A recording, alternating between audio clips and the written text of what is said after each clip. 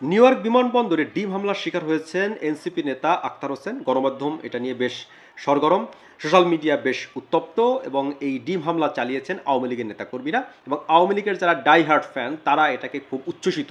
তারা এই ডিম হামলা চালিয়ে, দেখুন, আওয়ামী লীগের সামনে 1/11-এর পরে যখন তারা সরকার গঠন করলো, দেশকে পরিবর্তন করা এবং নিজেদেরকে পরিবর্তন করার একটা সুযোগ এসেছিল, আওয়ামী লীগ সেটা মিস করেছে। 5 আগস্ট এরপরও কিন্তু পরিবর্তনের একটা সম্ভাবনা তৈরি হয়েছে, কিন্তু পরিবর্তিত কেউ হতে চায় না, সবাই সে আগের ফর্মুলায় খেলছে। মানে আমি যখন সুযোগ পাবো তখনই আমি একটা হামলা চালিয়ে দেবো। এই যে হামলা বেশি শক্তির রাজনীতি, এই ধারারই তো, এই সংস্কৃতির তো আমরা পরিবর্তন চাই, সেরকম কিন্তু লক্ষণ দেখা যাচ্ছে না। যদি আমরা সাম্প্রতিক মাসগুলোর দিকে খেয়াল করি, এখনও কিন্তু মব সন্ত্রাস দেশে চলছে। তো যে যেখানে যেভাবে পারছে মব সন্ত্রাস করছে, সে বদলের কোনো কিন্তু লক্ষণ দেখা যাচ্ছে না। বাংলাদেশের রাজনীতিতে যারা বদলের কথা বলছেন তারাও কিন্তু সে আগের ফর্মুলায় খেলছেন, সবই চলছে আগের স্টাইলে।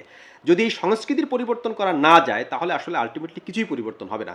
আওয়ামী লীগের অনেক ফ্যান বলে থাকেন যে আবার আওয়ামী লীগ ফিরে আসবে। হ্যাঁ, আবারও যদি আওয়ামী লীগ ফিরে এসে আওয়ামী লীগ এর আগে যা করেছিল সেসবই করতে থাকে, তাহলে আবারও তো আওয়ামী লীগকে একটা নির্দিষ্ট সময় পর পালাতে হবে।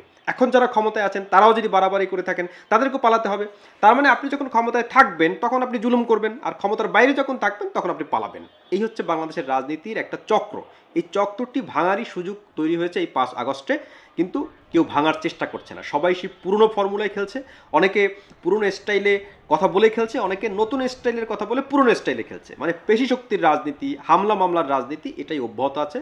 তো সুতরাং পরিবর্তনের কোনো লক্ষণ বা শুরু আমরা দেখতে পাচ্ছি না। কেউই পরিবর্তিত হতে চাচ্ছেন না, সবাই শুধু চাচ্ছেন ক্ষমতা।